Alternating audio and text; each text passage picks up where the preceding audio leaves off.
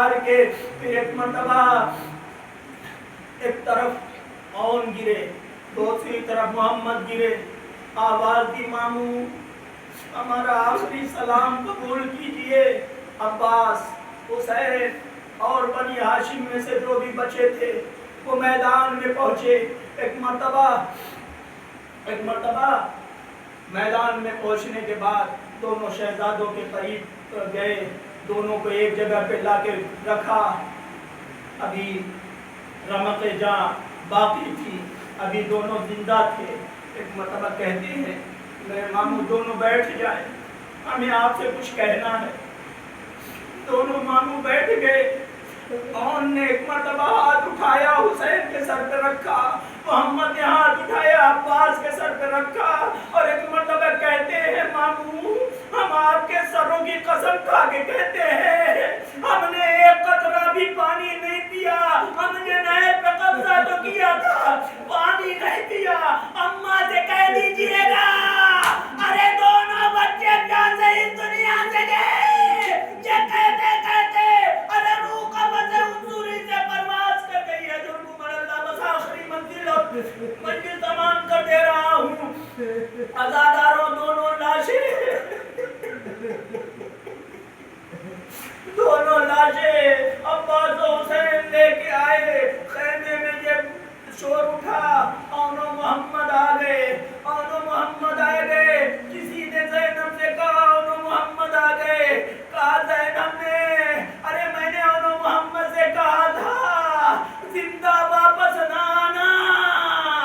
ارے ایک مرتبہ کہنے والے نے کہا ارے چل کے دیکھو تو صحیح اون و محمد کس حالت میں آئے۔ خدا آپ کو کوئی غم نہ دے سوائے غم اہل بیت اطہار کے۔ اب جو زینب نے آ کے منظر دیکھا، دونوں شہزادے دنیا سے رخصت شہید ہو چکے ہیں، دنیا سے رخصت ہو چکے ہیں۔ ایک مرتبہ زینب آگے بڑھی، بڑھنے کے بعد دونوں بچوں کے درمیان ذرا جگہ بنائی، جگہ بنانے کے بعد ایک مرتبہ سجدہ شکر میں سر رکھا، آواز دی پالنے والے تیرا شکر ہے کہ تو نے میرے ہدیے کو قبول کر لیا۔ وَسَيَعْلَمُ الَّذِينَ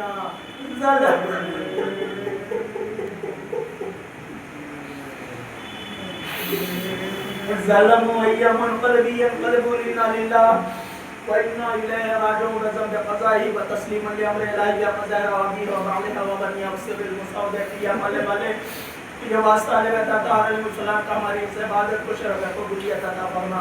والے والے ہم سب کے گناہ کبیرہ و صغیرہ کو معاف فرما، ہم سب کی پریشانیوں کو دور فرما۔ دنیا میں جہاں جہاں بھی مومن مومنات آباد ان کی جان مال و عزت و آبرو کی حفاظت فرما۔ میرے پالنے والے امریکہ اسرائیل اور ان کے حامیوں کو نصف و نابود فرما۔ پالنے والے ایران اور فلسطین، لبنان اور ان کے حامیوں کی حفاظت فرما، اور مقامات مقدسہ کا تحفظ فرما، بیت المقدس کا کی حفاظت فرما۔ اے کریم پروردگار تجھے واسطہ محمد والے محمد علیہ السلام کا ہمارے امام علیہ السلام کے ظہور میں تعین فرما، جب ان کا ظہور ہو تو ہمیں اس قابل بنانا کہ ہم ان کے حقیقی ناصر اور مددگاروں میں شمار ہو سکیں۔ ربنا تقبل منا انک